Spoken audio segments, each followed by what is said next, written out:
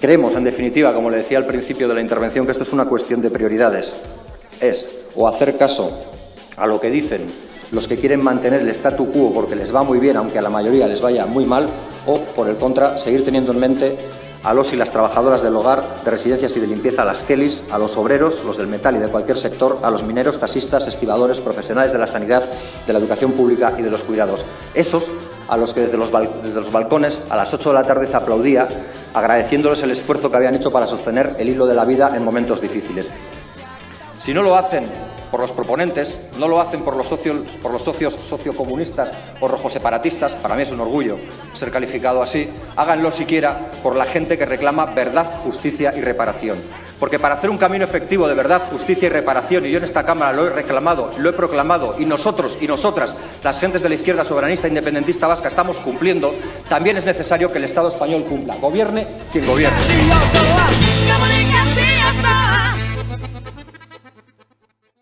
Continuamos aquí en Contratiempos. Entrevistamos hoy a Óscar Matute, diputado de H. Bildu por Vizcaya en el Congreso y, bueno, desde bien jovenzuelo se inició en el activismo a través del movimiento antimilitarista y por la insumisión frente al servicio militar.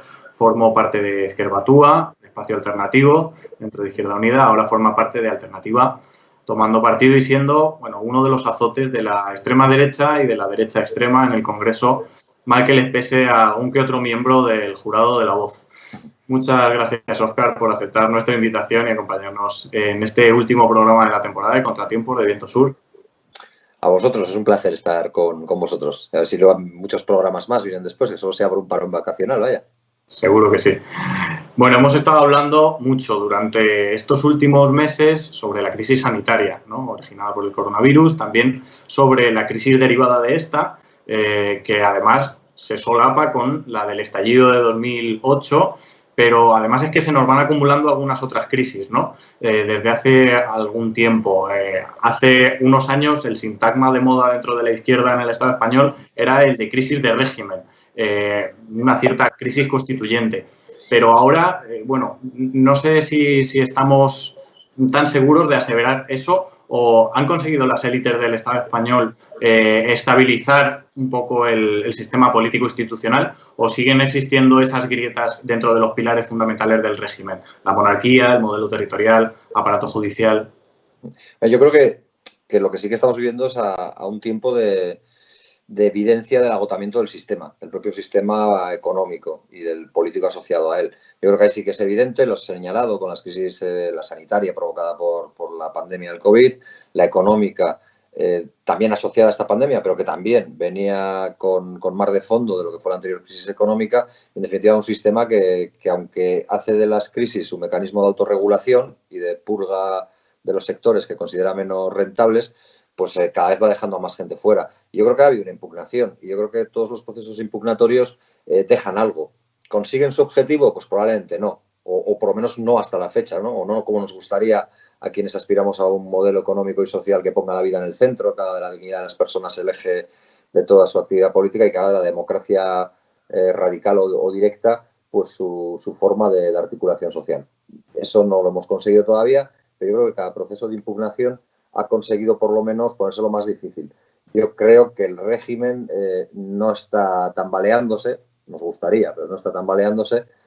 Y yo creo que al final lo que está haciendo es recomponerse sobre la base de las piezas que existen. Y seguramente esas piezas a veces no son todo lo entregadas que a ellos les gustaría. Seguramente a las fuerzas del régimen y a los poderes estructurantes del régimen del 78, pues seguramente les gustaría más otro tipo de gobierno que el que hay en el Estado español. Les gustaría que las salidas a la crisis se orientaran de una manera indubitada, de una manera clara y sin discusión alguna hacia parámetros de reconstrucción económica muy similares a los del 2008 y, sin embargo, pues bueno, con todas las dificultades, pero bueno, por lo menos estamos teniendo lugar a la batalla. Yo, en ese sentido, creo que hay oportunidades, aunque también es cierto que creo que el gobierno no es capaz de sacudirse de encima la presión que estos poderes fácticos le están acelerando. Luego hay otros elementos en los que probablemente sí existe un mayor nivel de agrietamiento o de resquebrajamiento del propio régimen. Es decir, la monarquía es un ejemplo muy palpable y muy evidente. Es decir, yo creo que la monarquía ahora mismo se sostiene porque la ocultan. Ya no pueden utilizar la monarquía como un elemento de cohesión o de pegamento en base a su honorabilidad o su papel responsable en no sé qué momentos. Todo eso se ha caído y ahora lo único que pueden hacer con la monarquía es ocultarlo, esconderlo, porque ponerlo a la luz pública, incluso preguntar por ello en las encuestas del CIS, pues daría un resultado probablemente pues muy contestatario para lo que ellos desean.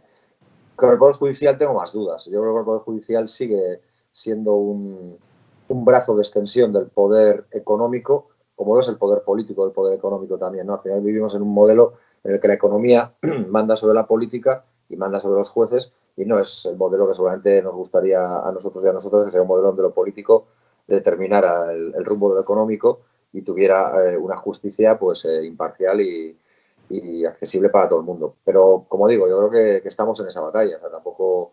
Lo que sí que estamos viendo dentro del espacio, digamos, de representatividad es que sí que hay un desplazamiento de este espacio de impugnación que, digamos, Unidas Podemos también a nivel del Estado español había empujado. Ahora hay un alejamiento de esas posiciones, ¿no?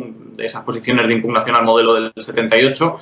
Ahora, bueno, pues hay una cierta lealtad al gobierno constituido de coalición con el Partido Socialista. Por tanto, se deja también un cierto espacio en blanco ahí. ¿Cuáles son las perspectivas de reconstrucción de esta izquierda de impugnación en el Estado español? Hombre, yo creo que cada vez pasan menos por Podemos. Y con eso no le quito méritos a lo que puedan hacer de positivo en la gestión del día a día, en la medida de lo concreto, de lo táctico. Pero yo creo que a nivel estratégico se han retrocedido posiciones. Es decir, cuando nace Podemos, yo creo que parece que se daban las condiciones para iniciar el segundo asalto que se perdió en su momento entre reforma y ruptura. Y parece que las fuerzas por la ruptura en este inicio del segundo asalto podían ser más importantes que las que pudieron existir en el 78 o las que pudieron no emplearse en el 78, ¿no? Que igual sí que existían y determinadas direcciones y determinadas líneas de determinados buros políticos pues decidieron no emplear. Pero es verdad que desde entonces hasta ahora ha habido un desplazamiento hacia la gestión de lo posible. Yo utilizo mucho, lo he utilizado en el Congreso y lo estoy utilizando en todos los mítines, una frase de Angela Davis, pero porque me parece que es muy pertinente para que no perdamos la perspectiva de qué pintamos aquí y por qué dedicamos nuestra vida, la mayor parte de nuestro tiempo a esto y no lo dedicamos, pues no sé, a otras cosas más banales, pero de obtención de placer más inmediato, ¿no? Y es que nosotros no estamos aquí para aceptar las cosas que no podemos cambiar, que estamos aquí para cambiar las cosas que no podemos aceptar. Y yo creo que en Podemos, pues probablemente ha habido una... No digo evolución para no tener que decir involución, pero digamos, ha habido un recorrido que les ha llevado de la apuesta por la ruptura, que es una apuesta en la que podrían encontrarse con nosotros y nosotras, hacia una apuesta por la reforma, hacia una apuesta por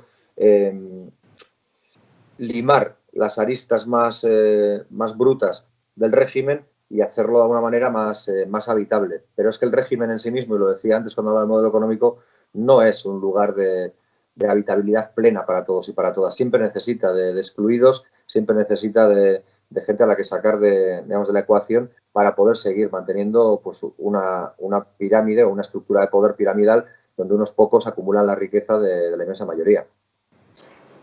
¿Cuáles son las perspectivas, aterrizándolo ya a Euskal Herria, de la izquierda soberanista, más allá del ámbito electoral del futuro inmediato? Igual que hemos dicho este espacio de impugnación y de la reconstrucción a nivel de la izquierda del Estado español, ¿cuáles son las perspectivas de la izquierda soberanista ahí en Euskal Herria? Sí, yo diría que hay un reto que es inmediato, que es el que de alguna manera es de las elecciones generales, las dos del año pasado, las de abril y las de noviembre, y ahora también lo mantenemos como un eje vertebral y se lo decimos así a nuestra gente, es decir, que el tiempo político que estamos viviendo ahora nos obliga a hacer frente a la involución y al autoritarismo, a los aires de ultraderechización que vienen o que azotan a toda Europa y que ahí, como lo hicieron muchos vascos y vascas en otros momentos históricos del siglo XX, nosotros no tenemos titubeos a la hora de combatir al fascismo. Esa es la primera y es la inmediata, es decir, no podemos perder demasiado tiempo en grandes disquisiciones sobre cuál va a ser nuestro modelo de gobierno, sobre si vamos a hacer soviets, si no los vamos a hacer cuando alcancemos el poder, si mientras estamos en ese debate nos toman las calles y nos llevan hacia un proceso de involución social como el que quieren y preconizan. Por tanto, la primera es esa, es hacer frente al fascismo, hacer frente a la involución democrática. La segunda, nosotros decimos que Euskal Herria cada vez se parece más a nosotros y a nosotras.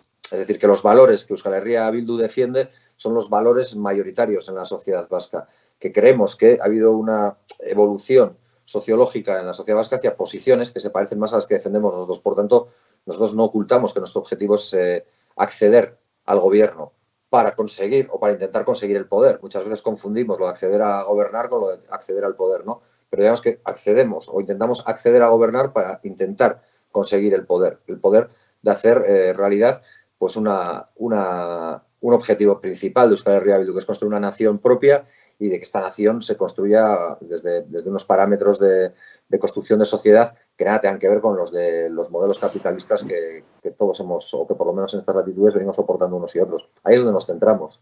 Sí que hemos visto que en esta legislatura H. Bildu ha sido más visible en el trabajo institucional dentro del Congreso, ¿no? ¿Es algo que hayáis buscado, es decir, una mayor presencia, una mayor apuesta por este trabajo institucional dentro del Congreso?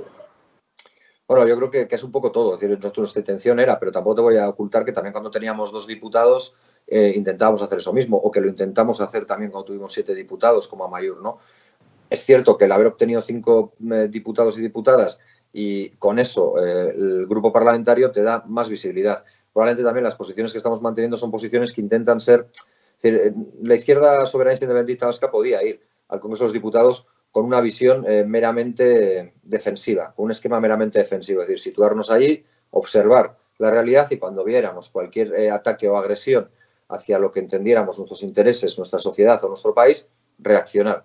O, por el contrario, aparte de hacer eso, también podíamos implementarla con una línea de trabajo conjunta con otras izquierdas o con otras posiciones de izquierda emancipatoria, estuvieran o estén o no en las instituciones. Es decir, nuestra interrelación con movimientos sociales, con sindicales, con organizaciones políticas no presentes en el Congreso, lo que pretende también es tejer una red, una alianza. Porque si creemos que vivimos tiempos de involución y de totalitarismo, creemos que va a haber también que trabar alianzas con aquellos sectores que buscan realidades emancipatorias, en el plano del feminismo o los feminismos, en el plano de la ecología, en el plano del movimiento, del llamado movimiento obrero, en todos los planos. Y que, por tanto, ahí nosotros tenemos que ser capaces de salir también de nuestro, como decían antes, de nuestra zona de confort y ir a buscar a otra gente, porque además creemos que no tenemos que tener tampoco prejuicios ni tampoco complejos a la hora de exhibir nuestras credenciales. Nosotros somos una organización política de izquierdas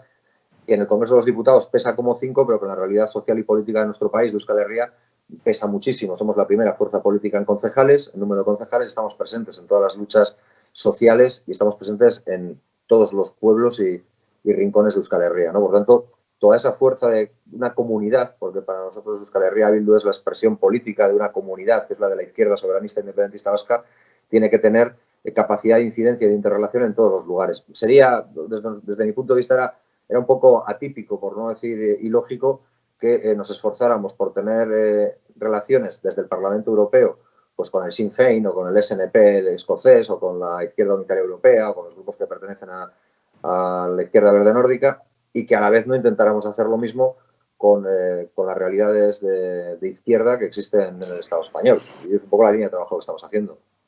Para finalizar, bueno, hablamos de las elecciones que tenéis, encima de la mesa para el próximo 12 de julio. Según el CIS, Urkullu tendría una nueva victoria, pero no llegaría a la mayoría absoluta, ¿no? Parece que pueden dar los números para un gobierno alternativo. ¿Sería posible un gobierno tripartito? ¿Sería deseable un gobierno tripartito alternativo al PNV? ¿Cuáles serían las alianzas también y en torno a qué acuerdos? Bueno, aquí casi que me podría poner anguitista, ¿no? Con aquello del programa. ¿Sería deseable? Sí. ¿Es posible? Creo que no. Y lo digo con pesar. Yo creo que las posibilidades de que el PNV y el PSE reediten su gobierno son mucho más altas que cualquier otro tipo de aritmética electoral. Porque les va bien a unos y a otros. Porque el PNV seguirá determinando los designios de los vascos y las vascas de Araba, Vizcaya y Guipúzcoa, y porque el Partido Socialista de Euskadi pues seguirá obteniendo las parcelas de poder a las que está acostumbrados y que le resultan muy rentables.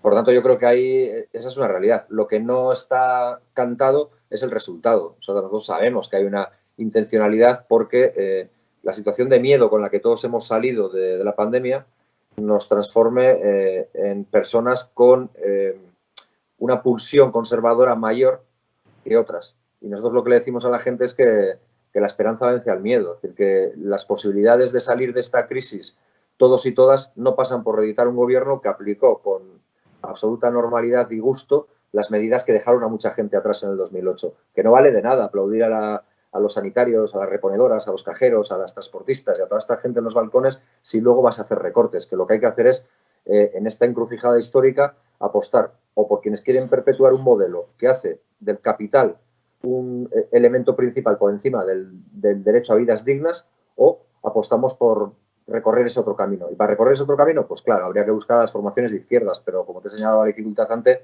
pues yo lo veo difícil. Lo que no quiere decir que no lo intentemos. Si hay números, nosotros lo vamos a intentar, que sean otros los que se retraten. Óscar Matute, muchísimas gracias por habernos acompañado hoy en el programa de Contratiempo. Nos quedan muchos temas en el tintero para otra vez. Nos veremos pronto, seguro. Un abrazo muy grande, Óscar. Un abrazo a vosotros y a vosotras. Salud.